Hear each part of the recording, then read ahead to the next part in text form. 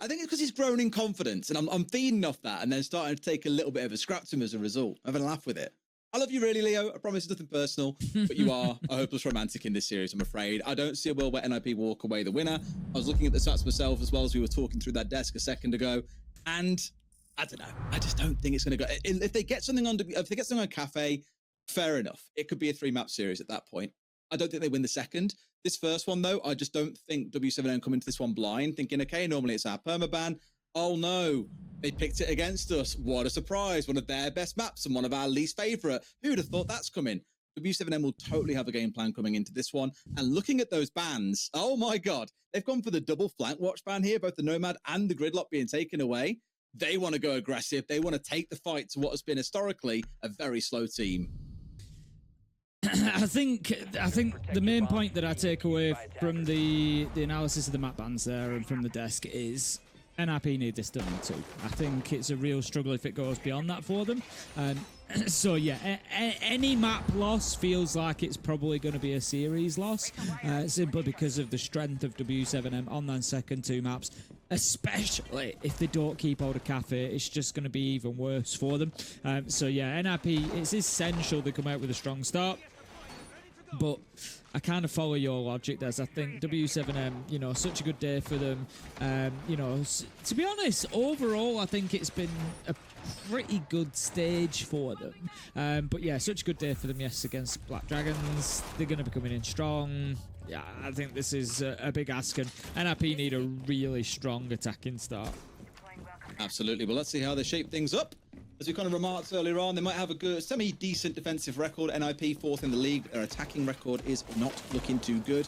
And that's where I think w7m are really going to look to capitalise and punish them in this first half. A very interesting setup coming in here, Tim. Got themselves a standard pixel setup with the aggressive shield 4, but have also got one inside the bathroom. They really feel that they can shut NIP down here at the first time of asking and keep them from even getting control of Piano. It's a big ask. You normally do get forced back, but with the amount they've committed there, we'll see if they can get away with it. That clash definitely going to be a big part of that whole it's worth stressing. The amount of time that they can waste here could be momentous. Yeah, we'd normally say that the Ash is, you know, not that important an operator. You kind of go in and looking for entries, that kind of thing. I think given that setup, actually, Hits has just become a lot more important here because it's going to be, you know, a big part of being able to clear that out. We've got the nades as well that can be used, but that Ash is a real nice fallback to be able to get that job done. If you're losing them to ADSs, things like that, you might just need that little bit of extra to free that space up. Hits on the Ash will pick up Lobin. That's going to be the Jaeger gone. 5 versus 4. Good start for NIP. Yeah, Lobin. I had a chat about this once, actually. I think he was being refreshed. Should have spoken a lot about how he likes to play. He likes to be that aggressive guy. It's normally more controlled. Speaking of aggression, Tim, well, NIP have turned the heat up. Quick kills coming on through here. There's only the Clash left standing. They're saying, forget about your setup. We're going to push our way through and absolutely crush you in the process. A nice fast-paced round. And I like the response there. You got no, for example, if you had the ability to watch the flanks there with the Gridlock or the Nomad. Forget about the flanks. Let's just hit them direct. Really good first round, actually. Fair play. Yep, triple kill for Fantasy as well. Not a player that you want to get revved up necessarily. We've seen that he's leading the way in kills so far and will continue to be that dangerous presence without a doubt, especially if given the opportunity. So that's something w7m need to think about. You can't necessarily just focus in on one player, but I'm sure their homework will have been done. They'll know the operator Fantasy is going to play.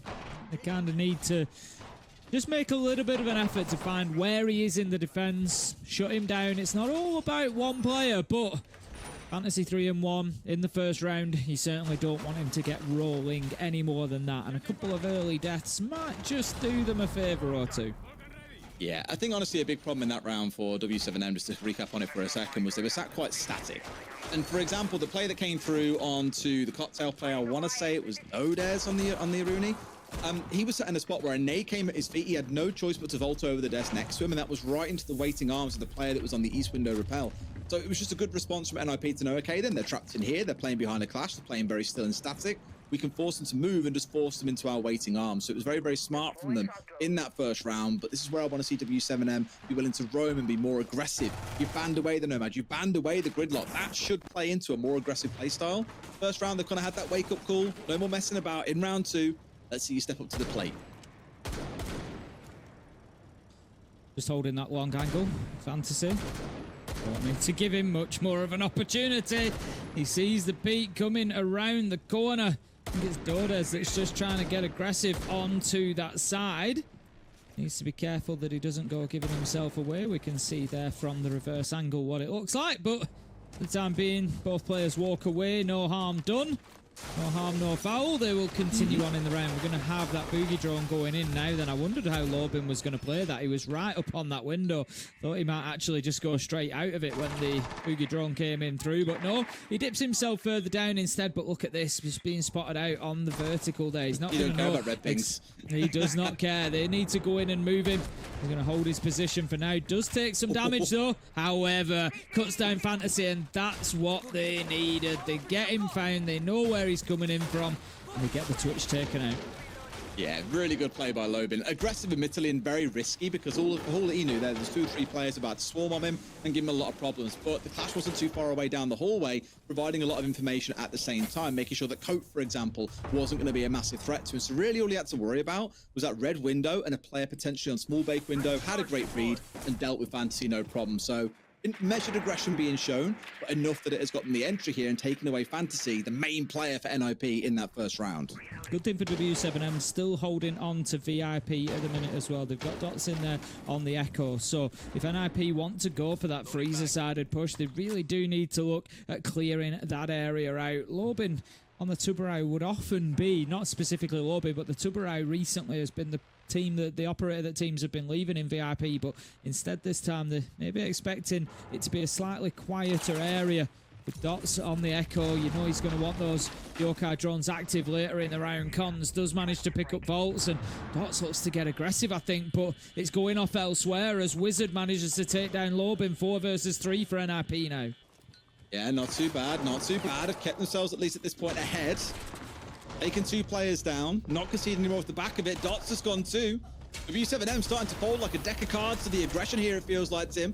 Out of the clash up here, and Palu's going big, 2 for himself, looking for the 3rd, and sure enough finds it. 3 in the round, and Wizard with it all to do now against 2 off the back of a magic play from Palu. Guarantees the trade, a 4K in the round. Fantasy and him, they turn into our 2 heroes in those first 2 rounds, 1 apiece. Huge round from Palu there, inside of the site on the clash. You know, we often speak about a clash doesn't have that primary weapon, is only working with secondaries. Obviously has the advantage of the shield, but it was really nice play from Palu to pop the Vulcan canister, and then straight away he knows the only pressure can come from freezer windows, so he's watching that window instead, gets himself 2 there. He had that support from Dots behind him as well. I think that was making the sort of difficulty increase for NIP going into those fights, because they knew that there was the possibility of the Echo on the other side as well, so you're kind of trying to watch both sides, and Palu took full advantage of that experience coming in and doing a job there, I think. So 4 kills for him, gets them around. w7m on the board. They're going to want a minimum of 4 defenses here realistically before they move on to that attacking side. Let's make no mistake, NIP are very good on Cafe. It's going to be a tough map to take away from them. w7m need to make sure that they don't get behind at any point. Yeah, I mean, you've seen 2 rounds there where 2 individual players have had the moments of brilliance. I'd argue NIP have come in with a stronger game plan here and look very proficient on the attack. It's something I was worried about coming in. As a remark, their attacking success is really what lets them down. They're pretty decent on defense, but the attacking side, time has hurt them before. We've seen them kind of struggle with a bit of cohesion. Yes, it was off the back of Fantasy in round 1, but it was good team play that let him get that 3K, and that's what I was quite excited to see. We'll see how it builds over these next few rounds, and whether or not they can walk away with at least a 3-3 split, if not better. Hits straight away up onto the rappel. Gonna just be working there. Fantasy with the IQ scanner out as well. Could well be having a little look for Dots. IQ will see Pulse before Pulse sees IQ. The range is slightly greater by a few meters, so that's going to be a bit of a job for the IQ. Wizard manages to pick up Lobin. Lobin's had a bit of a tough time of it so far in these first 3 rounds. Did get a good opener onto Fantasy in round 2, but other than that, has been a little bit quiet. So the Goyo is off the board. The utility will be irrelevant. The Vulcan canisters will already be positioned and out, but still, it's a big loss of manpower for w7m, and it only gets worse as Fantasy is there waiting. Palu wanders in, gets the kill, and this is not going to go well for Dordes, I don't think. Yeah, normal viewing has returned here, where realistically a team that has got a 5 versus 3 should not be letting things crumble. It starts doing just that. They get at least one more threat onto the window. Trying to do what he can there. Keeps himself in one piece, at least for now, Dodez, as Volp dips back in towards sight with 3 smokes still in back pocket. Maybe 1 for each player that's going to push onto him here, Tim. I don't know. But he's got half a round to play and 3 NIP players to contend with. Yeah, NIP very much on top of this round. Just Volp's having to run through fire and flame there. Does get away, but takes so much damage in doing it. 1 versus 3, a minute 10 left on the clock.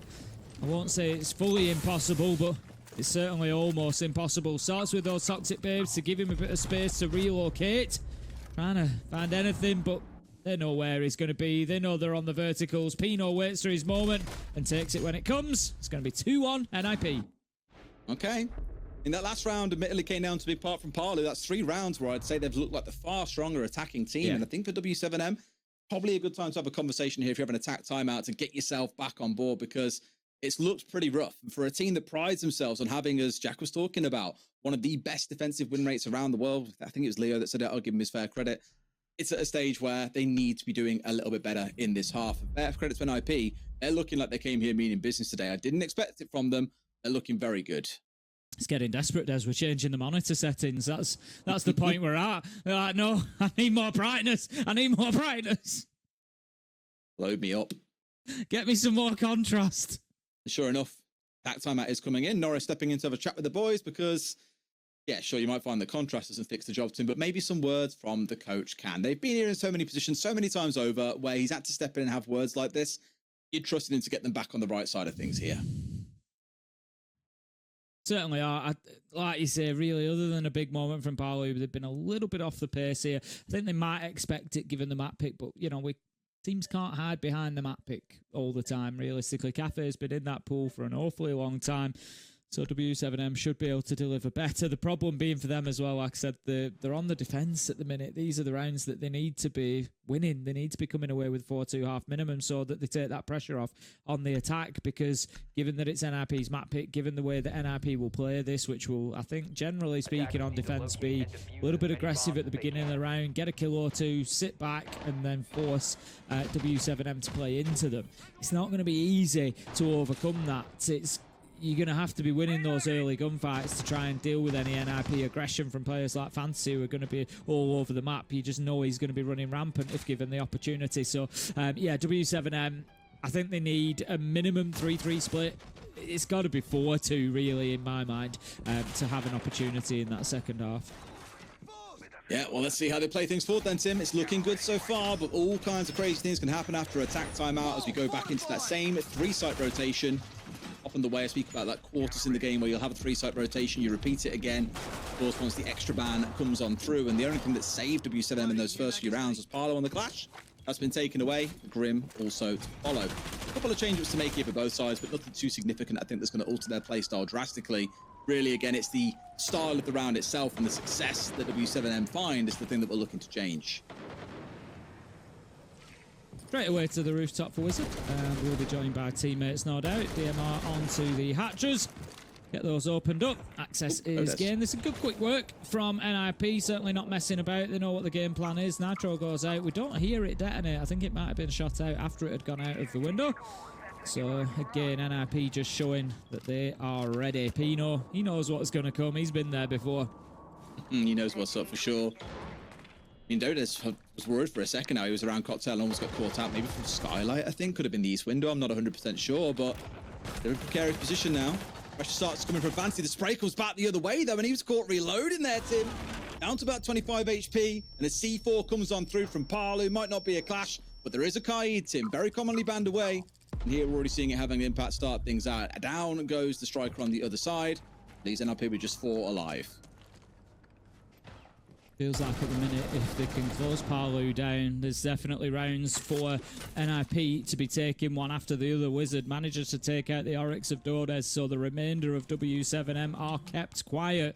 Only 4 kills between the other 4 players at the minute inside of 3 rounds. Lobin does manage to add 1 to that tally. Manages to take down Hates. Beautiful headshot there. That's the door could be gone, and a Cole lost as well. So NIP might just have to rethink their push towards execution. It's going to come in behind the light screens of Cons, but they will have expected to be able to send a Dokkaebi call in at the same time. Lucky Wizard here, down to just 5 HP or so from that C4. An inch closer, he's probably dead at this point.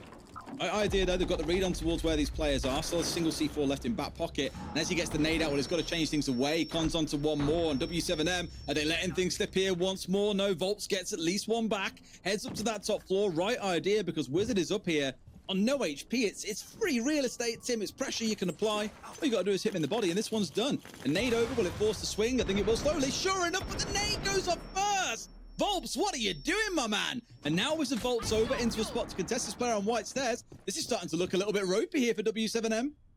Yeah, big mistake from Volps there, realistically. When the nade comes over, he knows that the players at Lumber, he just needs to aggressively swing it, but it's like he got caught in two minds. He's now hoping Paolo and Lobin can rescue him, but it's not looking good as Pino cuts him down.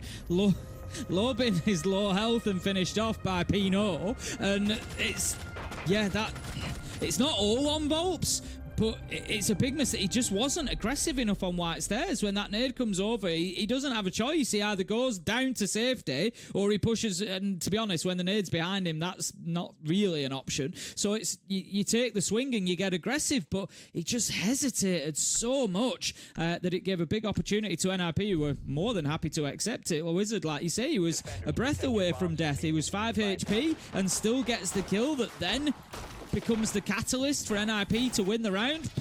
Big mistake from w7m and punished. Looking a little bit asleep at the wheel so far, w7m, to be fair. NIP, not without fault themselves, but looking good. Wizard and Fantasy are definitely be the two names that you draw to so far from those first 4 rounds, are the ones that are stepping up and making things count. But even when they find themselves down a man like they were at the start of that last round, they're still managing to recover and get things over the line with some really good teamwork and admittedly some questionable decisions from players on the side of w7m. See if they can make this a 4-1 lead. That would be a flying start to this series, to being 4 rounds up on the attack for a team that historically hasn't had great success on attack. It'd be wonderful. Yeah, it goes straight away to show why NIP wanted to come to Cafe and why maybe w7m shouldn't have allowed them, because I don't think it's going to get any easier for them in the second half. Lobin is waiting with Nitro in hand under that red hatch. Just looking to catch somebody out as they rappel up. He's waiting for the telltale audio cues, but I don't think he's going to get any joy. Nobody's really heading in that direction. Hates does manage to pick up dots, and things go from bad to worse for w7m. Kind of cursed with Cafe, to be fair. Like, 2 of the permabans, well, all 3 permabans that you see coming out from w7m are Cafe, Lair, and Bank. All 3 are maps that we see NIP play. And damned if you do, damned if you don't. Like I say, you'd had to go to one of the 3, and I wouldn't have been surprised if the results started to look somewhat similar to this. They're heading up for that 4-on-1 now with those first 2 kills in the round. Haven't even had to make use of one of those Dokkaebi phone calls for it. That's going to come out now. But at this point, w7m have got to pull off a miracle if they want to find a way back in here. And I think that, really applies for the entire map, not just for this round. It is, of course, very true in the 3v5, but I don't think it's going to get any better as these rounds keep sort of culminating and totting themselves up against them. Dodes does manage to get that kill onto Fancy, takes the glass down, but still 4 versus 3 with 1:40 left on the clock. So NIP, plenty of time to do what they need to do. Get themselves another round on the board. They see another drone taken out. There's still 6 left, though. Again, w7m are not doing great on this intel game, Des. No, I mean, that's part of what the issue is, I think, to be fair, but the large part of it honestly comes down to just seeing how things build up, because NIP, it doesn't matter if they've got information or not. It doesn't matter about the utility. They are just rolling their way through onto yet another couple of kills, falling onto their side. Sure, you've lost Fantasy in the round, but Parlo has got to pull off another 4K in this round to keep his team going. My main worry, Tim, they've had that attack timeout and things are looking no better. If nothing else, NIP have just ramped up the pace. And I think this is probably going to be a 5-1 half if it carries on. It certainly looks that way. w7m, they just haven't woken up yet coming into this game. We do see it sometimes, and maybe teams will switch on for the second half or something like that, but you're going onto the Attacker Cafe. It's not going to be sort of wildly easy to come here and take rounds with the way that it usually goes. Paolo just holding those angles. He doesn't want to move too far here, I don't think. He's trying to find himself any engagement that he can take with an advantage, but it ain't going to come. Cut down from red stairs. And that is going to be another round for NIP, who are cruising through Cafe at the moment. They are, and you can point at this to say, oh, it's their map pick, but I think about the number of best of threes that we've seen where teams will win each other's maps and then get sent to a third. I don't think it really comes down to that. They just look like the better team, like end of conversation. Like, sure, they look far more ready for this map, like with the way they played out round one. I think about how good they were at pinching Dodes inside a cocktail with a nade and a player on each window. Little moments like that suggest that they are far more ready for it. But I just think they're far more up to the challenge right now. Between Wizard and Pino, they're 12-2, for example. On the other side, outside of Palu, no one has got over 2 kills yet across 5 rounds. It has been a slow start for them, and you know, we say it all the time, if teams come in feeling a little bit off and it takes them a few rounds to warm up, that can be the difference between you winning and losing a series. Because right now, it looks to be what's going to cause them this, will cost them this entire map. Can they bounce back in time going into the second map of Consulate? You'd hope so, because it's one of their favorite and one of the most successful maps that they've played on historically. But if NIP keep playing this way, I could just see it being a 2-0 to them, and I can't believe I'm saying that. Well, you know, obviously we've spoken about the maps and we think the second two are, you know, advantageous towards w7m, but you know, maybe NIP have got a plan here, and like you say, they're going to be looking to get this one closed out in quick fashion. But for the time being, we are still here on Cafe. 4-1 at the moment to NIP. Wizard's going to take some damage and be taken out. Lobin managing to find that entry. And a little bit all or nothing for Lobin so far. And as I say that, it continues to be all in this round as he manages to take down hits. That's Striker and Lion both off the board. A great combo of operators to remove, really, for w7m. They might just find themselves that 2-4 half. And then immediately he's off to go and find aggression. You know, most players would get a kill, they'd slink back a little bit, they're digging deeper. No, he goes roaming. I made this comparison a few weeks ago, and Fresh really was like, what the hell are you saying? For anyone who watched EU for a long period of time or watched any tier 2, even a bit of tier 1, you would have seen a player called Sloth playing, and he was known for being very aggressive, lying under windows, getting kills, pushing on for a second or third, often to his own detriment, and dying as a result. But that aggression, I see a little bit of it in Lobin. He's one of the unique players that will do that as well, where he will go even more aggressive off the back of getting a kill. He knows it's time to dig back at points. In this round, maybe certainly isn't one of them. It's a good time to go aggressive because they are cleaning house. Pino, the only one left. So there'll be a little bit of respite in this half for w7m, but make no mistake, only getting 2 rounds on the defense against NIP is going to feel like a massive letdown for this side. Yeah, I'd agree with you. They will have expected to come away with more. Like I say, the attacking half is not going to get any easier at all. Lobin manages to start the round and finish the round, closing out that flawless, and that is going to be second round on the board for w7m, but not the best start for them on the defense. No. You'd hope to God at this point their attacks are a lot better, but again, NIP are no slouch on the defense themselves, and on their map pick where they feel most comfortable, I think we're going to see w7m struggle to fight their way back in. Let's take a look at these bans first and foremost, though. Zami, no surprise. Monty, no surprise at all. Maybe the second ones offer a little bit more spice. Maybe you see a castle ban coming out here, or a mirror for that double architect ban coming out from w7m. Indeed, the castle follows, and it's a double shield ban with the Blackbeard disappearing on the other side. Okay, let's see. This is a I think, you know, very important round 7 and round 8 coming up. NIP with a good couple of defenders, hold those primary sites, could well find themselves on map point that quickly. You know, in the next 6 or 7 minutes, that could be done. So, yeah, big couple of rounds coming up for w7m. You know, by contrast, they grab 7 and 8, and all of a sudden it is game on, and these two really start going at each other. But with the way things have been at the minute, I'm not sure that's going to be the case. NIP certainly in the driving seat. Keep an eye on Fantasy. He's playing the Warden. Don't know how aggressive he's going to be. Usually he's the player you're looking towards to bring a little bit of unpredictability, maybe get out there on their own, pop up where least expected, cause some damage, cause some problems for w7m to solve. So we'll keep an eye on exactly where he is at the minute. He's at the exact opposite end of the map. It's top floor hold, and he's all the way down in bar on first floor, and he's just bouncing back up and down those brown stairs. And again, making sure, you can see how he's so intent on making sure there's no drones on him, and that should tell you exactly what sort of round he's trying to play. Absolutely. Again, it's all about that aggression. It's all about trying to waste time. Like Cafe is that kind of map where if you can run the clock down far enough, especially on the basement site, it becomes an absolute nuisance for attackers to do anything.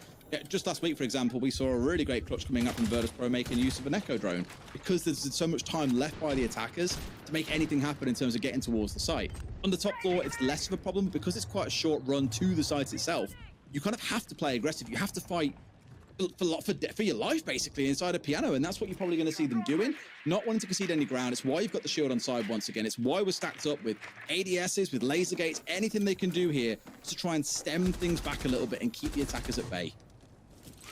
Drone's been taken out. I did comment on that Intel game the other way around. w7m didn't do a great job on defense of removing those drones, so I'll keep an eye on that for NIP as well. At the minute, 7 left alive for w7m, so again, NIP maybe not doing the best job, and we can see there just gathering that intel.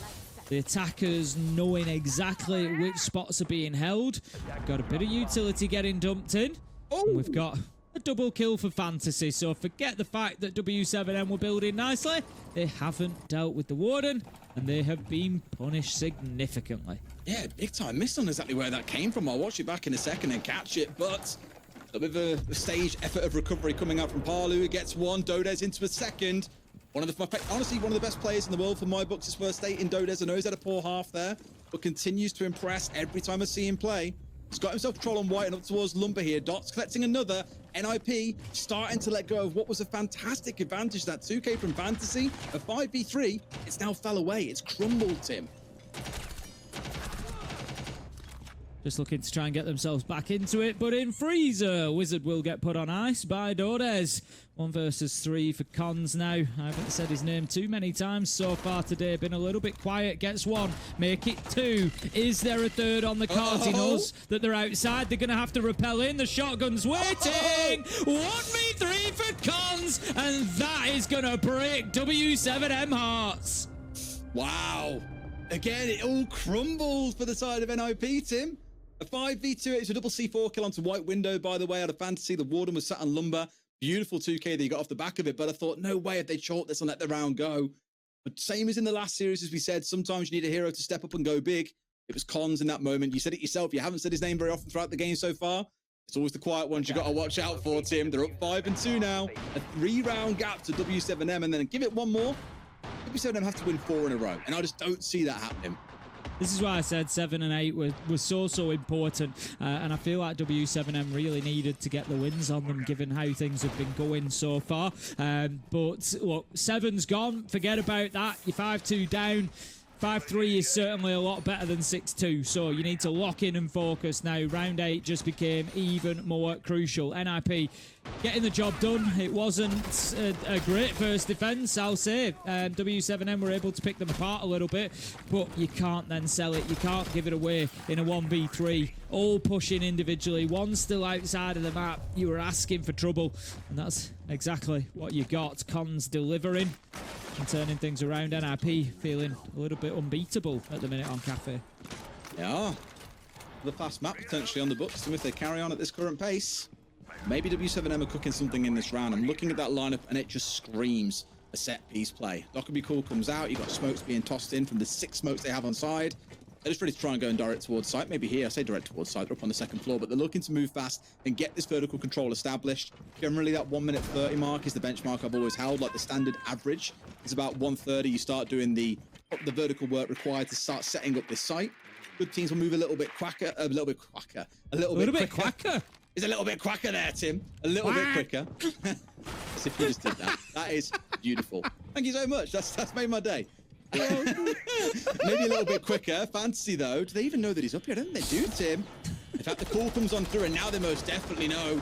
Not squaring up against him. He needs support from the team at this point. Expects a flash to come on through as well. A C4 up and over, and it's going to get the down at the same time. There is support. Could finish off the blitz if he wants here, but I think he's a bit too mindful about swinging on through. Right idea from Cons as well. Loban is technically the one to get the kill elsewhere as the battle ensues for this white corridor. 2 kills for w7m. Fantasy still here inside a piano. He's going to carry on, but cannot get another. 2 kills for w7m. A 4v1. And poor Pino, with it all to do, this one to me looks like a 5-3, Tim. Yeah, Fantasy's done some great work there taking down the blitz. It was always going to be a difficult part of the attack, but then he was able to be taken out because there was just so much pressure elsewhere. W7M focusing on White Stairs particularly. He's done them a great job there, but for the time being, Pino locks himself inside a site here, playing around that bomb chassis, just waiting. Is it going to be Freezer? Is it going to be Bakery? Is it going to be Red Stairs? He doesn't know at the minute, and he just keeps having to change direction, focus up in different areas. Damage is being taken now. They're pressuring him from everywhere. It's going to be Volps to take him out from Bakery ultimately, but the Sharks were certainly circling. Site was surrounded, and there was too much to be done for Pino. That's going to be 5-3. W7M get themselves a really important round 8. It would have been absolutely catastrophic if they'd seen that one going against them. There's just no excuse for it in that spot. So I'm glad they've shown they can get things over the line still and move us on, as you say, towards round 9. A critical round here, Tim. We speak about it an awful lot. NIP win this one. It's 3 rounds for W7M to recover. Feels like a bit too much. They win this round, they're within 1 round striking distance, and that's when things start to get very interesting, especially given that trend across the past few rounds where W7M has started to battle their way back in. More of the same coming out from W7M, it seems, back in towards the Shield, back in towards the Dockerby. Twitch, an ever-present operator, it feels, in this lineup. The NIP, they're digging in deep, as they've done throughout much of this half. NIP need to make sure they don't dig in too deep here. I think, you know... Granted, yeah. Yeah, they don't invite W7M onto you too much, because they're a hell of a team and they'll take you apart if given the opportunity. So I honestly think a little bit of unpredictability and aggression here certainly wouldn't hurt NIP. You know, we've seen Fantasy have a little bit of success. He had the double nitro kill, he got the blitz down.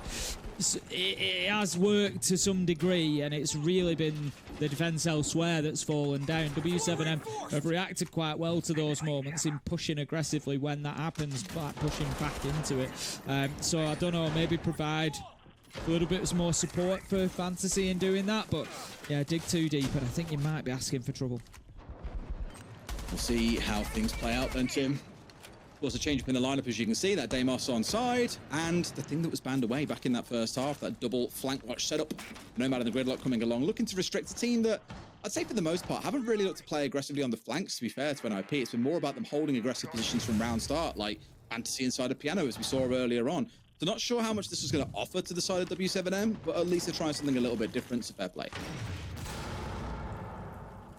Drones will continue to race through. I picked up on the intel game earlier. Have a look at the top left of your screen. Only 4 drones remaining this time, so NIP certainly stepping it up in those terms. Within the first minute, they have got an awful lot taken away from W7M. There are no operators that are going to be bringing any drones. No Twitch, no Brava, no extras to be found for the attackers, so they are limited to those 4. It's going to mean that they're going in, face checking a lot of areas, not knowing exactly what they're going into. This round now has become a real opportunity for NIP.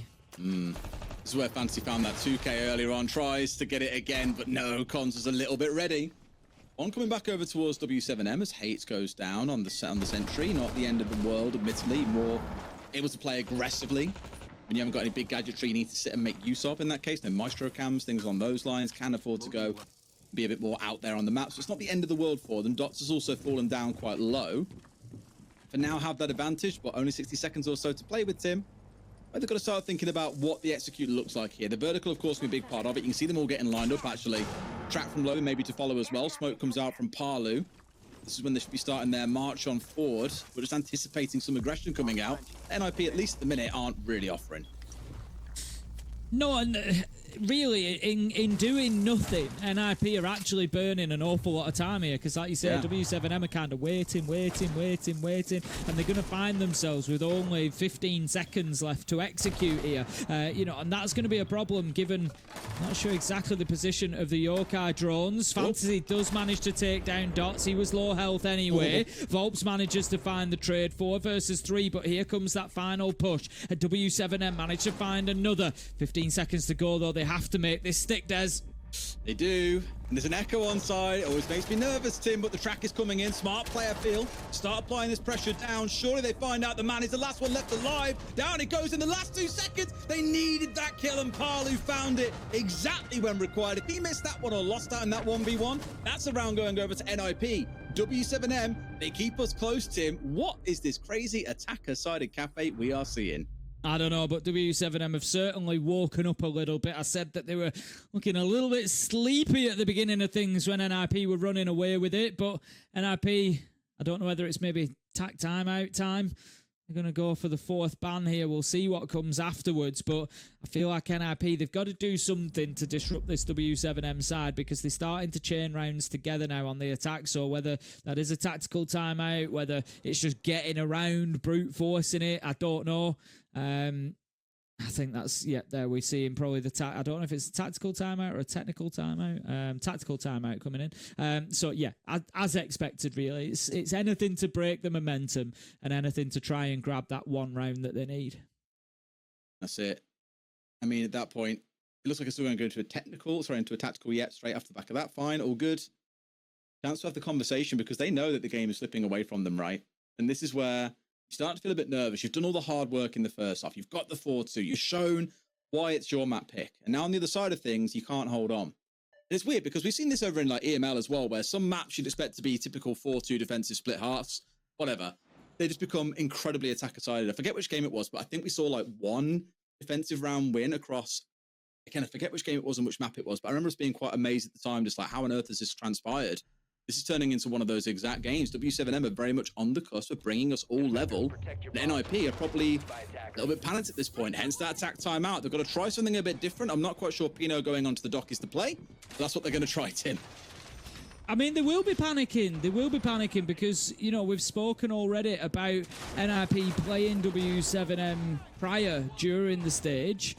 It was on Consulate. It was not pretty. It was a 7-2 win for W7M. That's why they've brought it out today. And as we said, as you know, I think it was Jack on the desk quite rightly said, or it might have been Leo. It was one of them. They're both big brains. But the desk said it. The desk said it. They're both big brains. Not a person, an actual inanimate object. It spoke to us. NIP need to win map 1. They have to come out and get Cafe because those back-end maps are going to be a problem for them. And that's the very position that they find themselves precariously clinging onto at the minute. They've got the fingertips sort of dug into the side of the rock face here, but W7M are just kicking and kicking at them to try and break them free, to send them crashing to their doom on Cafe. And at the minute, it's working. I was a little bit perplexed that W7M are digging in so hard to dealing with roamers and those around the map. Like, look, they've gone towards the Nomad and the Gridlock again, this time in towards a Dockerby and a Lion. They want to give nothing over to NIP, and NIP are like, yeah, that's cool. We've got, we're going to sit behind a Clash Shield. We've got Yokais we want to make use of, so I'll happily sit on site as well. Mute Moz need to hide away behind the Intel denial. Doc can go and do whatever the hell he pleases, realistically. But it's almost like there's very heavy control being brought along by W7M when NIP aren't really showing any play that mandates the need for all of that control. It's bizarre.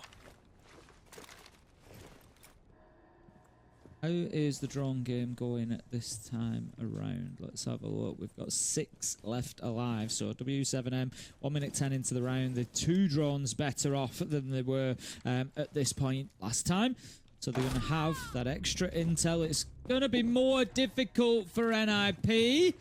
Even when they knew where Cons was, he still was able to turn that fortune and get himself a beautiful headshot through onto Lobin, and it's a big loss, Des. It's that Dockerby. At least 1 call lost. Scary games to try and face off against at this point. I mean, Cons is just looking absolutely brilliant throughout the game.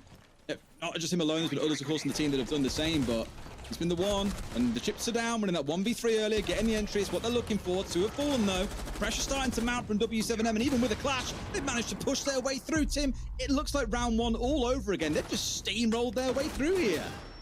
Yeah, W7M have seriously woken up, haven't they, Cons? Guess what? Surely it's not a 1v4 to add to his 1v3. He's going to try. He's half health at the minute, and there's going to be a lot of work to do. Manages to down another. Now. It's going to be an ace if he does this as well. Absolutely unreal stuff. Phelps and Palu, surely they, between them, have got the experience, the knowledge, the capability to close this out. Yes, they do. Palu this time from the rappel manages to get it done. You can see, I think, a little bit of relief on the side of W7M. That 1v3 obviously still ringing loud in their ears.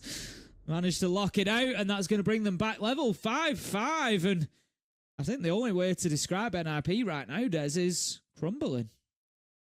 it's so bizarre how, yeah, we see it all the time where teams have a really strong half, we switch sides, and then it all falls to pot. You know, 2 halves to a game of Siege and all that.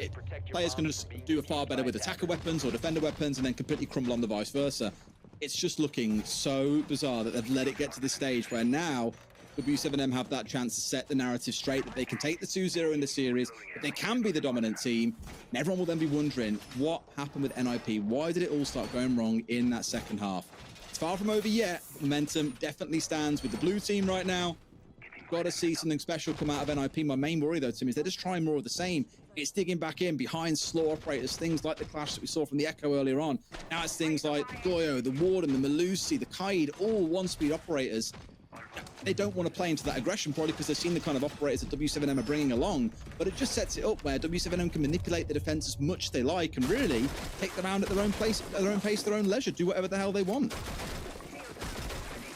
Freezer setup is going to be opening the wall up, so that gives a little bit of access to the VIP player.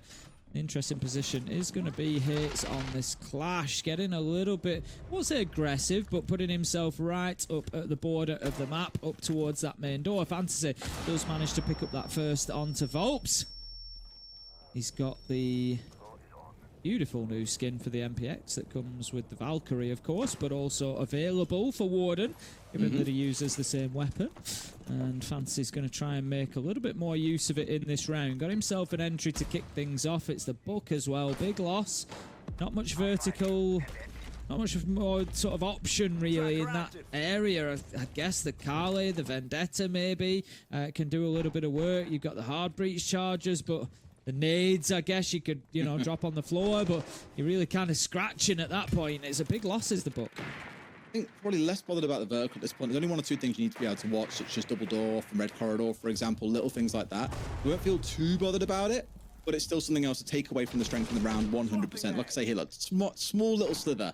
Very used to this whole thing being opened up. That's absolutely not the case in the round because, as you say, that Book has gone down. But really, all eyes turn towards the Ossa. You know, Dots being the one here. I was about to call him a Dosser then. Dots and Ossa together, I was like, wow, what a Dosser. Brilliant. He's the one who's got to get something tried and done because he's caused the linchpin in this attack. You've got the Capital with tons of utility to make this work at the same time. But of course, worry about Fantasy on that ward and can deal with the smokes. They've got C4s to play behind, 2 in pocket. The NIP look relatively ready here for anything that w7m can throw at them. All going to turn down to how well they can get on site and deal with that clash. Nade is going to go in to try and dislodge this VIP player. Not going to happen. The Warden, of course, able to activate the glasses. Will be safe from any flashes as well. Bad throw on the Nitro. Going to have to go for it again. Needs to be cautious, though, because being watched. Takes the swing. Fantasy takes a lot of damage, and they've got themselves established inside of Freezer. Dots, Dordes get 1 apiece. W7M, they've seriously woken up, but the planter is downed. 44 seconds. W7M need to get that diffuser recollected. Yeah, C4's all used, and they know about cons as well, but he's got 2 on either side of him. In a great spot to have an effect there, but it was a great reaction by w7m. Both players immediately aware there was a threat upstairs and they dealt with it. The blessing being, Tim, they executed here with about 60 seconds still to play. They've got time to course correct here. Now that they know where Wizard is, it's only Pino they really have to worry about. Lance going down, Lobin pulls off for a second here. Knows there is someone inside the room with him. He's on dishes at this point, but who's going to swing and deal with him? Lobin's in danger. Gets on the headshot from Pino. The one comes back in, but no! The last 2 are there. Pino and Wizard come up big, get the kills they need, and NIP move up to match point. I feel like maybe a little bit of a mistake was made there from w7m coming off that plant. They were wedged in tight behind that bomb chassis, and it's going to have to be a very wide swing from the player inside a site to be able to get the shots onto that planter. They were kind of just checking freezer window, checking, you know, I feel like coming off there at that noise, that's probably cost you the round ultimately. If you'd have held on to it, locked it, you'd have forced their hand a little bit more. But well played from NIP. Got a couple of important fights that they needed to at the end there, and were able to close it out. Hold on to it despite that diffuser almost going down. So they guarantee themselves overtime at a minimum. They're going to be looking to close this out here and now. They'll probably breathe a massive sigh of relief if they can do it as well, Tim. You know, given how this second half has played out, it will feel like a bit of a smash and grab to them. They're the ones in the driving seat. Otherwise, overtime is inbound. And God knows what happens when we get to there. I need to double check actually who's on which side as well, because obviously I think we'll give the lean towards the attackers.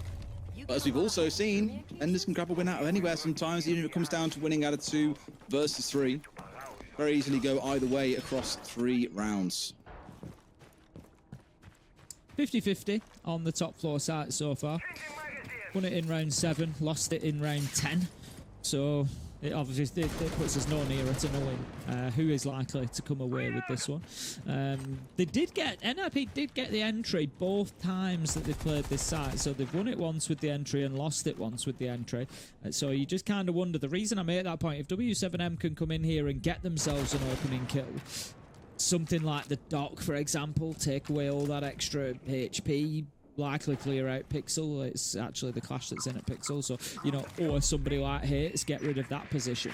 I'm interested to see then whether NIP can hold on to it, because even with the entry kill, they've only been 50-50. So if w7m go best foot forward, can NIP, with real backs to the wall, get it over the line on this top floor side? And we'll tell. How things transpire.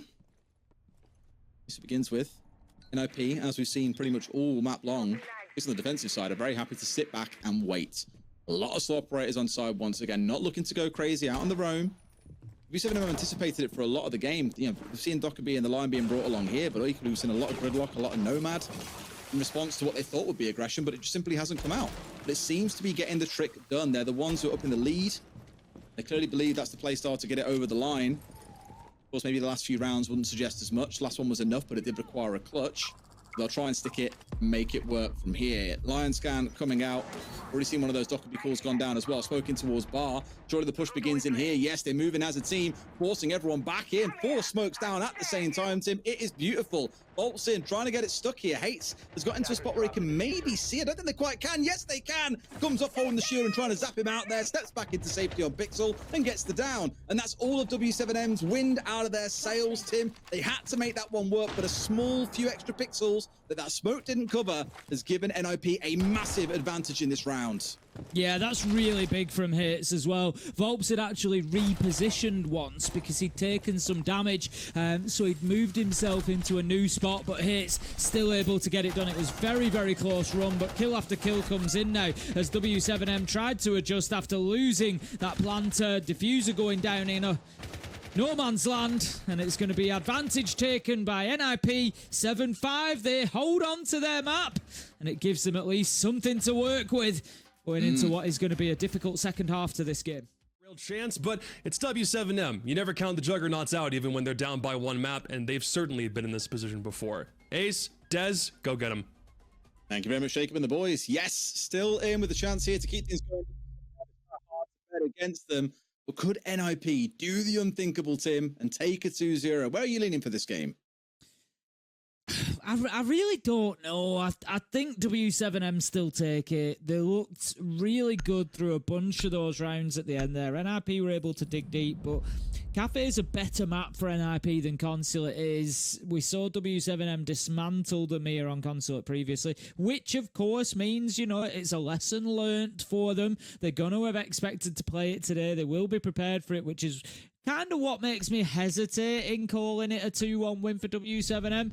But yeah, I still think that even with knowledge of what they're going to do, I think w7m are just maybe going to be too good at doing it. It was the concern, however, thought that maybe for the last map, and it hasn't quite transpired. We'll see if Consulate is any different. Here we go. w7m starting out on the attack, NIP on the defense. The bans, probably not all too surprising, but the one that jumps out to me, Tim, the other 3 are very, very standard, I'd argue. The Warden being a ban coming out from w7m against NIP. Is it time to spam a little bit of Ying into this map? Yeah, very possibly. I think it's maybe a little bit of a target against Fantasy after that last map as well. It's, you know, he played skin? Warden. It's too strong. He played Warden an awful lot in the last map, and he had some good rounds and some impactful kills. So whether it's a bit of both, we don't have the advantage. I was going to say we don't really have the major advantage, you know, over what would be offered by the Warden yet, but we do have the Glaz on side. So 2 smokes there. No other smokes brought along, so limited impact, but it might just give Parlu a little bit of freedom to do what they want to do. Sure. I think the one thing to note about this map is there's obviously less to clear through as well. Cafe, it's not exactly a large map, but 3 floors, all playable, all in use throughout the majority of it.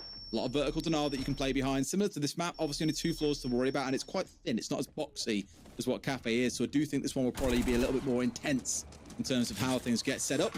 Cons is the one starting things off towards yellow to try and stave off what is a very, very common starting position for attackers. Normally they'll work their way in either through that skylight or, more simply, work their way in through the single wall that stands off towards Cons' right-hand side, looking down the stairs, and get yourself in from there, because you can also threaten in towards bathroom, top spiral. It's a very, very powerful part of the map, so I think taking the clash there to try and slow them down is a really good idea, but he's going to have to juggle that shield around all these nades that no doubt will be heading his way. 1 has been used so far, 3 still remain.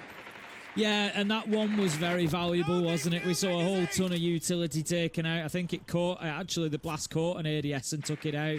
We saw the barbed wire gone. You know, a lot of protection there for the clash has dropped away. So definitely something that they need to think about. Palu getting really aggressive in there. I think the intel will have been in place to tell him that there was no major immediate threat, but how is he going to put this glass scope to use? He's going to be coming up against that shield. 1 smoke canister goes in. This is where they were looking to not have to play through that warden so that Palu can aggress on him, but there's nothing really to force the clash to move at the minute, but they can't see him walking through. Warden ban impactful already as Palu takes down Fantasy. 5 versus 4, a minute left to go. Yeah, but Con's able here to be a bit of a nuisance is the main concern for Meaton. He can slow them down a lot. Yeah, you can put pressure on. Haven't yet used any of those extra nades to try and force him back as Lobin goes low here in his scrap against Hates. He's running around like a mouse upstairs. Can't seem to quite pin him down just yet and finish him off. And he's now ready with a shotgun looking downstairs. Lobin with another track available if he wants. Nade now going skywards, hoping to at least force these players to move. That's the crucial thing about vertical players worth noting. It's not always about kills. Often it's just about making the defenders move into more difficult positions. A C4 up and over, and it's going to find 1. There is a kill to come through immediately, though. The trade between the 2 players. Dart's finding a second. w7m looking pretty good in this round, but let's see what he can do with the clash. Finds 1. Knows there's still 1 more looking to push in towards him here. Gets a second. He can't surely do it again. Cons, he makes it 3. Could look for a 4th here, and of course he finds it. A big clutch on Cafe, and he ain't stopping here on Consulate.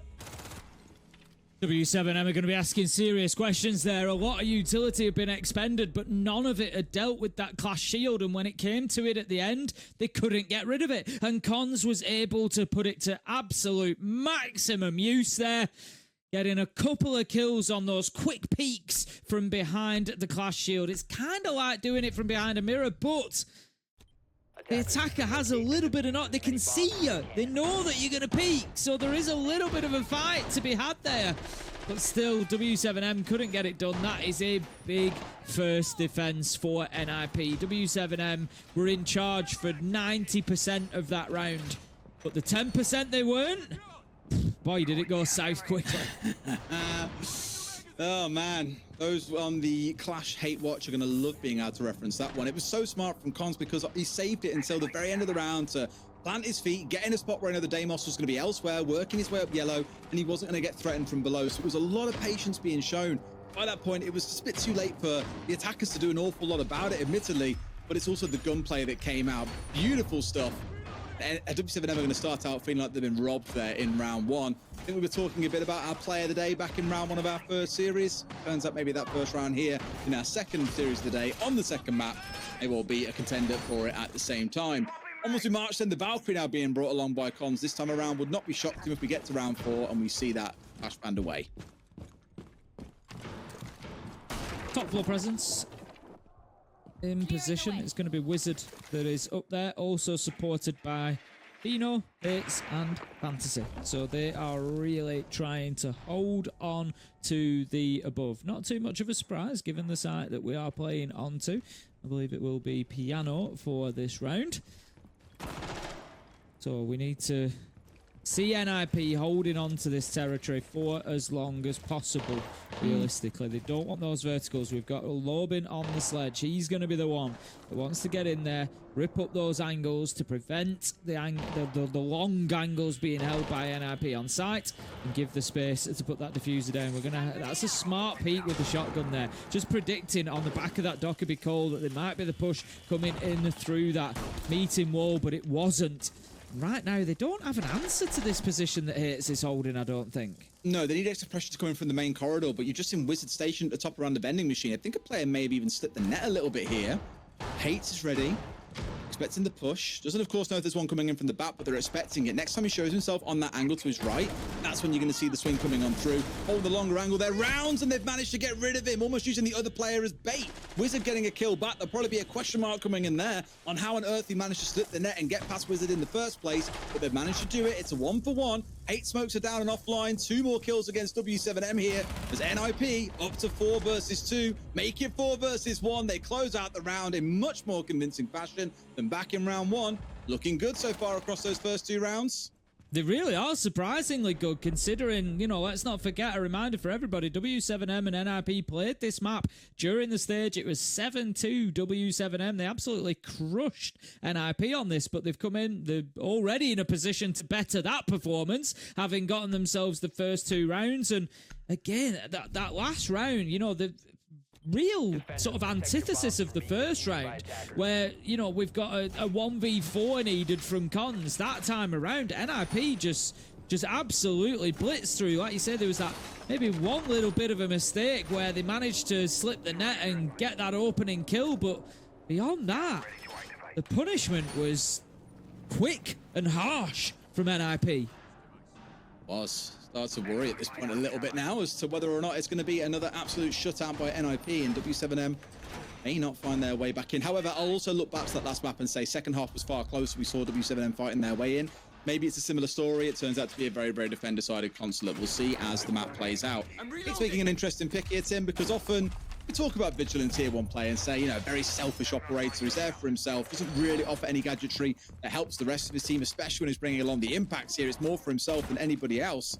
Maybe looking to get a little bit cheeky here and get a couple of early kills, and of course waste a lot of time from w7m chasing him around Consulate. Just going to be holding the vertical angle over not main door, visa door for the time being. Trying to catch anybody wanting to get onto that hatch. Particularly, I think we've got Palu on the Hibana, so I would have expected there might be a little bit of focus on trying to get those hatches open, so it could be a bit of a play from Hates. Going to be supported up on that top floor by Fantasy as well. No surprise to see him out on their own. We know he likes to get active. I think a little bit quiet overall, I would suggest, for Fantasy. I don't just mean here on console, I mean in general. He's had his roams, he's had his double nitro kill, but maybe not as impactful as you might expect. Hates has been dealt with fantastically well. Pinched by w7m. Palu gets the kill, and that's the Vigil off the board. No real value added.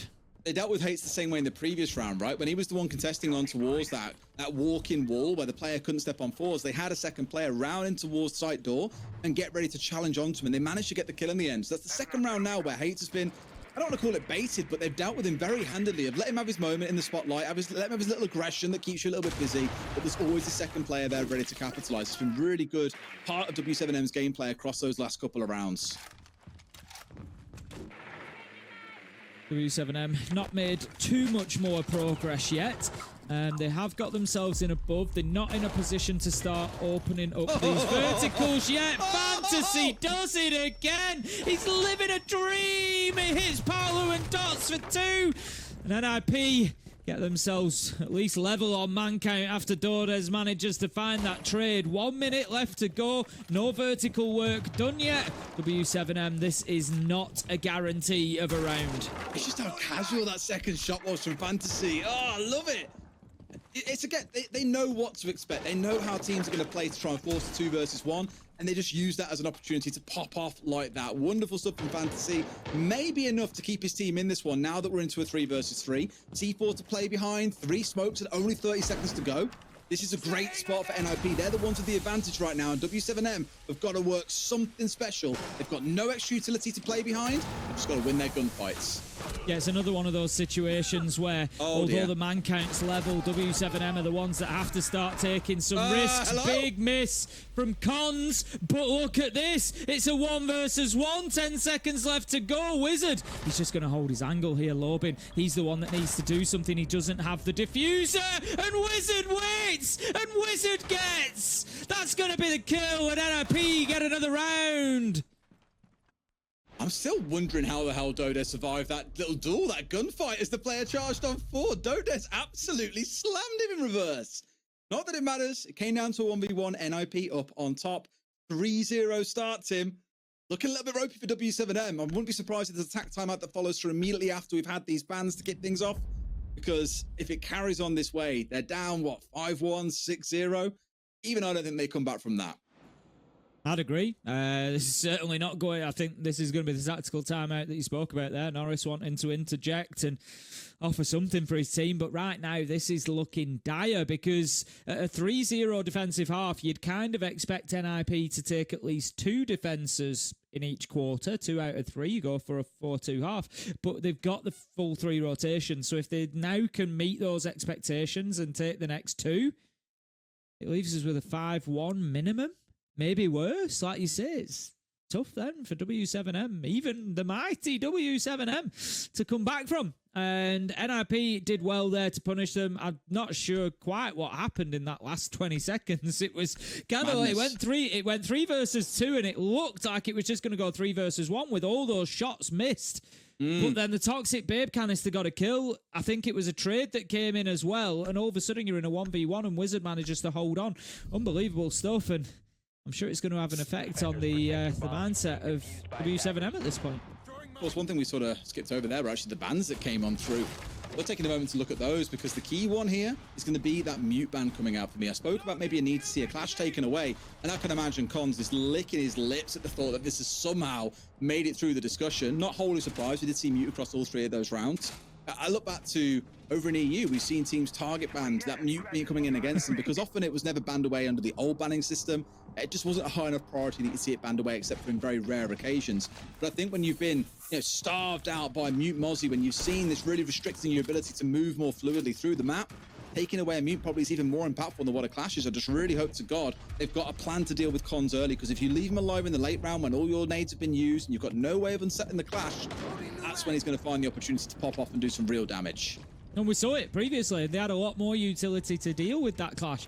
This time it's just 2 nades.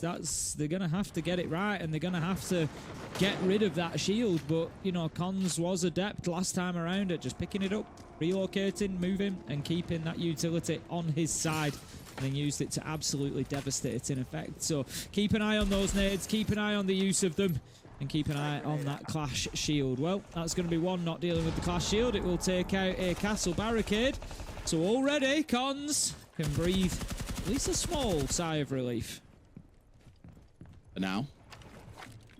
There's still plenty more to play in this round. Only 45 seconds in or so. It's more about getting into the building at this point and being wary of any aggression that might come out from the defenders. Not that you'd expect too much. We saw it back on Cafe. NIP not really looking to be the ones getting out there and looking to challenge hyper aggressively, as we saw FaZe do against Furia, just skirting his way past that Mozzie Pest. Of course, one thing to know is that gives away information. Like when it gets captured the drone, yes, you capture the drone itself, but by the sheer nature of that event happening, that gives information towards the defenders that, oh, okay, they're droning their way in towards Garage. Maybe here they want to try and push their way forwards. So we've got to be mindful of that. Going to see the track come out from Demos. That is onto the smoke. A couple of shots fired, but Pino not going to take any damage. There's no way that he can avoid it. There's no mute jammers available because of the ban. Obviously, W7M just wanting to lean into that with the Demos pick as well. But right now, NIP are reasonably comfortable. Still 5 left alive. I see another track coming immediately onto the Mozzie. Of course, that information is available in reverse, not quite as precisely, but the location of the Demos is given away at the same time to the Mozzie, so they can always use that to their advantage, try and bait him into a position of danger. He's chasing, but he's not going to find anything just yet. No, I mean, NIP are just sat here waiting, Tim. Over 2 minutes have gone, and they're still largely dug into where they were before. Now trying to make use of this glass to step on 4s, but unfortunately there's a shield in front of your face, and Fantasy's there ready and waiting. Gets rid of 2 as well. Springs out of that castle doorway and absolutely pops off. The glass gone, the Twitch gone. Dodes getting 1 back. We've got Lobin trying to do what he can from below, and finally, Tim, they've dealt with the clash, but it's still man advantage to NIP here with another smoke remaining in back pocket. Again, yeah, you didn't need your nade, you've used your air jab for the clash, but the damage has been done. You've almost lost too much at this point. 20 seconds left to go, and now you have to start taking risks. We don't even have the Deimos in a position to push forward and be aggressive here. Dordes is down, Diffuser with him. And surely this is another round going to NIP. Fantasy picks up his third. Dordes manages to get one, but surely no more. He was picked up and collected, but Pino's there ready and waiting, shotgun in hand. And it is going to be another round to NIP, 4-0. And the wheels have well and truly come off for w7m. I love how Pino was tucked in there, but it's weird to see two players run to the same angle to hold it. And even I was a bit like, what are they doing? Why are they doubling up here? But it was enough that Pino was tucked in so tight, they had no idea where he was. There was zero chance he loses that closing 1v1, unless there's a mad flick up from looking at the floor to looking off towards Pino. But have played that out really well there as a team to close it out and go up 4-0. Make no mistakes as well, w7m, they have adapted. They learned to deal with the clash. They made a brilliant use of the Nomad air jab in which to do that. But it just wasn't enough to get the round over the line. And as you say, Tim, it goes from bad to worse now. NIP up 4-0 at best. w7m get 2 rounds here and make it a 4-2 half. But even that still feels like a bad outcome, given it was a map that they favored themselves on so heavily. You feel like NIP do need the rounds on defense. I think they're going to struggle more on the attack. Well, you say that, but look at how Cafe went. Well, yeah, very true. But I think they do need these rounds on defense, on Consulate. But they're doing a fantastic job of it. You know, if they can get a 5-1 or a 6-0 dream start, and they can worry a lot less about the attacks. And guess what? When you're not stressed about it, when you're not worried about it, when you're not thinking, oh, this is going to be a tough half, those rounds, they come a lot easier. They go on the scoreboard a lot easier when you only need 1 or 2. And that is going to be the hope for NIP. 4-0 they stand at the minute. It's going to be a repeat of the rotation that they used last time around. So it's going to be Piano and Expo for their next site. And they're going to be trying to hold on to that top floor. Last time there was 4 up there. This time there's 4 up there. And it was actually a really convincing win for NIP, if you remember. They got that 1 kill. I think it was onto Wizard. And other than that, NIP punished them at every turn. And yet proves to be all the same for sure. So the step on forwards here with that Dockerbee and the Blackbeard on side. A good combo for moving your way through the map as that first call comes out. It's a big advantage of banning away the muties. There is no ability to stop these calls coming on through. You're going to be called no matter where you are, which then opens up things like I was saying, like the Blackbeard to start his march on forwards. Wizard happy to dig in for now. I don't think they know that he was here because they weren't close enough to hear where the call was coming from. Could do a lot of work from there, but instead opts to back away. Doesn't want to find a nade at his feet, forced to run into the open against a shield. That's never going to go according to plan, so backs himself away here. But it's just NIP, again, looking to waste time here. Force w7m to have to chew through every bit of utility they've got, redrone everything twice, and they can't really do any more droning into him because they're down to just 2 left. Half a round to play. They've literally got a phone call to lean on, and that's it. Fitz is getting aggressive on this door. He's going to be pressured pretty soon. What a kill. What a kill onto the Blackbeard. That is huge. Keeps them out of meeting as well. Fantasy with the kill onto Dordes. Beautiful. Des, they know exactly what w7m are going to do. NIP have totally predicted coming to play this map and are ready. Again, look at the difference from Hates. Drop the bag, Cons. Drop the bag. The big thing to note for me is how Hates has played this differently, right? Remember last time round, he sat here and waited, got punished by a swing from that doorway. Rather than waiting for that to come around again, he's actually gone aggressive on towards the hallway to try and isolate a 1 versus 1, and then has looked back for the second player coming on the push on through with the smoke to deny him away, then gone back on towards side door again. You won't see it reflected in the stats necessarily. He's 3-4-3, but that was a beautiful little play from him there that has completely stifled this attack from w7m. It's going to be 5-0 to NIP unless Paolo can pull off something spectacular, but I think even he is at a point where he's saying, look, boys, this is like an unofficial tack timeout for us here to figure out what the hell we're going to do to get something out of this half. Yeah, exactly that. He knows he's not winning this, 1v5. Well, I think it'd be. He's brought a shotgun to try and contest Hates. I love it. I was going to say it would be the greatest I'll say it now. It would be the greatest 1v5 ace clutch of all time if Palu on 70 HP with the Hibana shotgun comes in and clears out the entirety of Consular. It's not going to happen. The clock is ticking down. That will be the end of the round. NIP get themselves number 5. It's 5-0. There is no tack timeout for w7m. It has already been taken. They are backs to the wall right now. And as things stand, we could be looking forward to a w7m Furia rematch. Ooh, that's quite enticing, doesn't it? I was saying at the start of the day, if that does become the match, and that's what we anticipated maybe we'd see as a w7m game against Furia, that would be great. for NIP to step in and come up against Fury instead, well, that is definitely going to make things very spicy, because on any other day, you'd 100% back seeing Furia come out on top there. Of course, during the stage itself, they actually had a very, very similar record. Each won 6 of their games, lost 3, sat in 3rd and 4th place. NIP only ahead of Furia by a single point. So they are quite close on paper, but you know, Jack said this on the desk, is when you look at NIP, they've always beat teams lower than them. Furia were technically lower, so do you want to count them out? Don't think I would, not with how they're playing so far today. But I want to see how the attacking half goes here for NIP first before we offer too many strong thoughts on that, I think it's fair to say. Yeah, obviously, let's get this finished off. Let's see how they do on the... Imagine if this is a 7-0. Oh, my goodness. Oh, man. NIP, last defense then. Going to be back down to the basement again. Again, it was reasonably...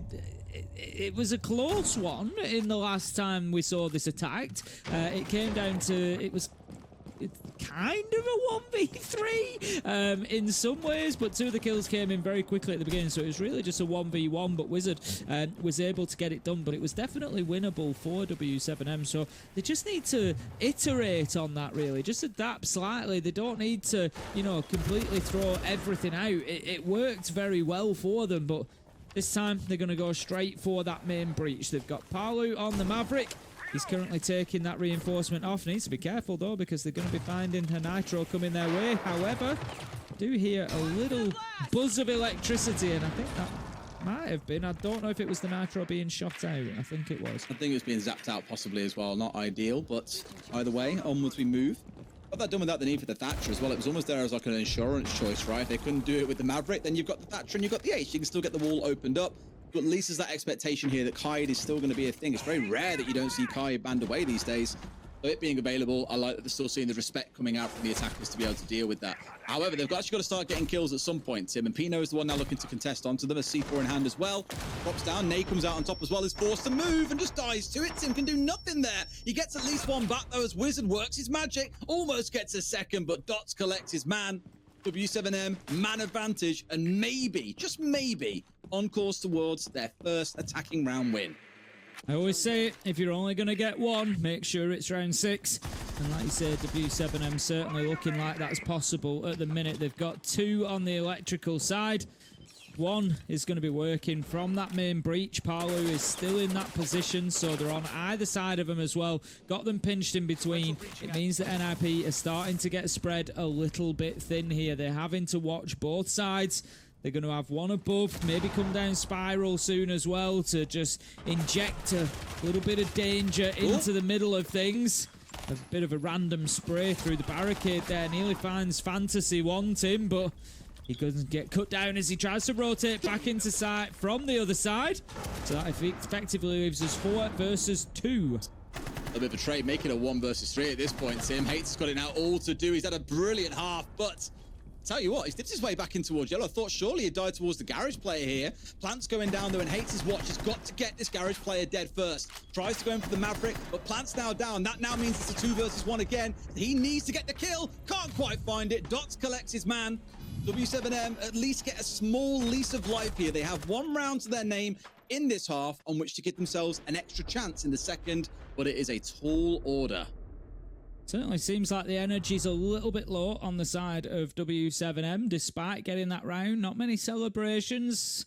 Feels like they're a bit bruised, a bit battered. They maybe expected something different on Consulate, but I think we are going to see a little bit of a resurgence from them when they get on the defence. I could be wrong, but I've got a feeling that they're going to be a little bit better in this half of things, and rounds will be more difficult for NIP to come by. But the big question for w7m that we have to ask, of course, is there already too much damage? They have to now hold on and come back with a 5-1 half against an NIP side who are playing really well today. And but the way that they've already come in and showed how prepared they are on Consulate for w7m's attacks, the defences are often, I think, the easier part to study. Because whenever you watch, previous performances by a team on a map, the attacks have been in response to what the defence has done. So it can vary. It depends on what you do. You can get some ideas of how they're going to deal with certain problems, but it depends on what you're going to offer in terms of defence. Whereas now, when they get onto this side, they will have been able to watch all these W7M defenses. They should know, you know, what's option 1, 2, 3. How are they going to set up? Where are they going to be? And they should have a plan ready for that. So, could be tough for W7M. Generally the way that I've always viewed it, and of course there are always exceptions. You know, look back to our last series and FaZe definitely sort of broke this mold. As defenders tend to dictate where the action happens, it's the attackers who determine when it happens. So defenders might heavily set up to defend yellow stairs, for example. Attackers can then choose to try and break that, or they go elsewhere. But defenders, through where they're choosing to make their setup happen, are influencing that decision either way. It's the attackers then choose, okay, how many players do we commit there? Do we drop a bunch of utility in? Do we have someone try and backstab our way through? So it kind of like how the whole round plays out really comes down to the attacker's decision making, but that is very heavily influenced by the defenders. And so I think with how things are going to shape up here, NIP, it's really down to their own decision making on what lineup they bring. I mean, so far it looks like a pretty standard sort of window setup here. I'm looking in towards Hates being the swap out for, say, a Buck to get himself in below. You've of course got the Ying to dump things in, the EE1Ds to help out in a similar fashion. It's just about getting themselves actually ready for that. And on the other side for W7M, it's a little more mobile than what we saw out of NIP, being willing to play more of the map.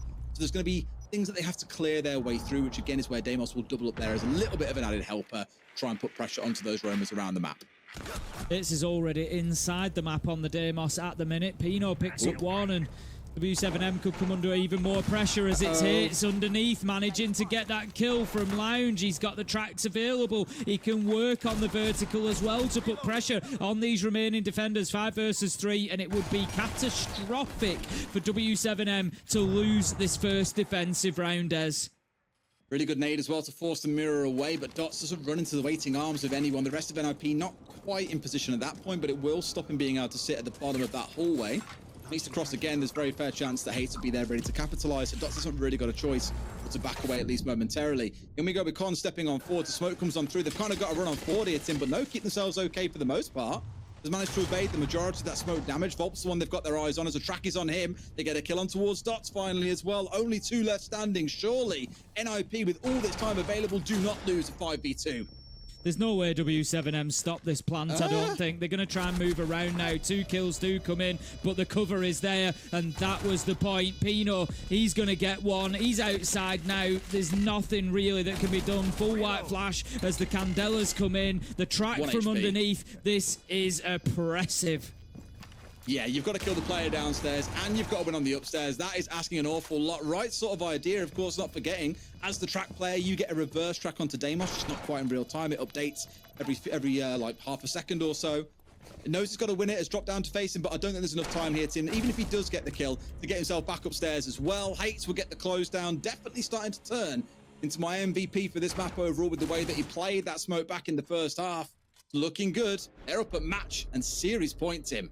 Yeah, Hates and Cons have both had serious performances. You know, we often focus on Fantasy in this team. He's the unpredictable. He's the one that's going to go in and get the kills. But no, he's had big moments, don't get me wrong, but I don't think you can stack them up against Hates and Cons as moments throughout this one. Absolutely phenomenal performance from them two and from the team as a whole. NIP, to say that they were smashed up 7-2 by W7M during the stage, have absolutely turned this around. I'll be the first to hold my hands up coming in. You know, I kind of jokingly agreed with Leo. They wanted me to. I went with him, but, you know, in the back of my mind, I'm thinking W7M come away with this 2-0 probably, but no, NIP showing that they are well and truly back, Des. Maybe enough to beat Furia. It'll be such a smash and grab, it will feel like. If they can get themselves into the final, even if you lose to FaZe, you still get the lion's share of the SI points that we've spoken about already. A reminder, you're in that final, you get at least 150 points. The winner eventually gets 300. Everyone else, really, looking down to our next 3 places, they all only get 50.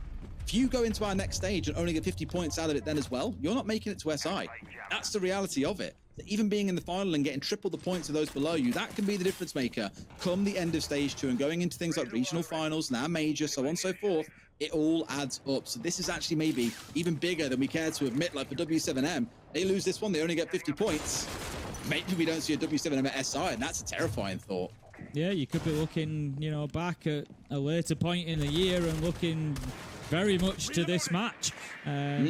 Keep that one in mind as it progresses. But right now, NIP, they still have to find themselves one more attack. It is not done yet, and it is not impossible for W7M to bring this one back. But What a world we're living in. To kick things off for the day, we see both Furia and w7m beaten. We are on the cusp of that, and what a lower bracket run it could be from NIP to get themselves into the grand final, beating both w7m and Furia to make it up to a matchup against the world champs. Could anybody truly stop them at that point?